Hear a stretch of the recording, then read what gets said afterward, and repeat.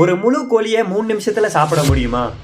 Welcome to சமைக்க போறோம் series episode 2. இந்த அற்புதமா இருக்கிற ஃபுல் சிக்கனை அருமையா நம்ம சமைக்க போறோம். அதுக்கு முன்னாடி தேவைப்படுற மசாலா எல்லாம் கரெக்டா தயார் பண்ணிக்கலாம். என்ன ஒரு அளவுக்கு தேவையான அளவுக்கு எடுத்துக்கோங்க. அதை ஒரு பிளேட்ல ஊத்திட்டு சில்லி பவுடரை சிக்கனமா போடாம சிக்கனுக்காக அள்ளி தூக்கி வீசுங்க. அப்பதான் டேஸ்ட் தரமா இருக்கும். மல்லித்தூளுக்கு சேம் அதே டைலாக் தான், ஆனா மஞ்சத்தூள் மட்டும் கொஞ்சம் கம்மியா போடுங்க. அடுத்து பெப்பரையும் உப்பையும் ப்ராப்பரா போட்டு ஒரு மிக்சிங்க போட்டுருங்க. கேர்டை கரெக்டா போட்டுருங்க. ஜிஞ்சர் கார்லிக் பேஸ்ட் கனமா போட்டுருங்க. அதை ப்ராப்பரா மிக்ஸ் பண்ணிருங்க. மிக்ஸ் பண்ணிட்டு இருக்கும் போது அன்னியன் வெளியே வந்துட்டான்.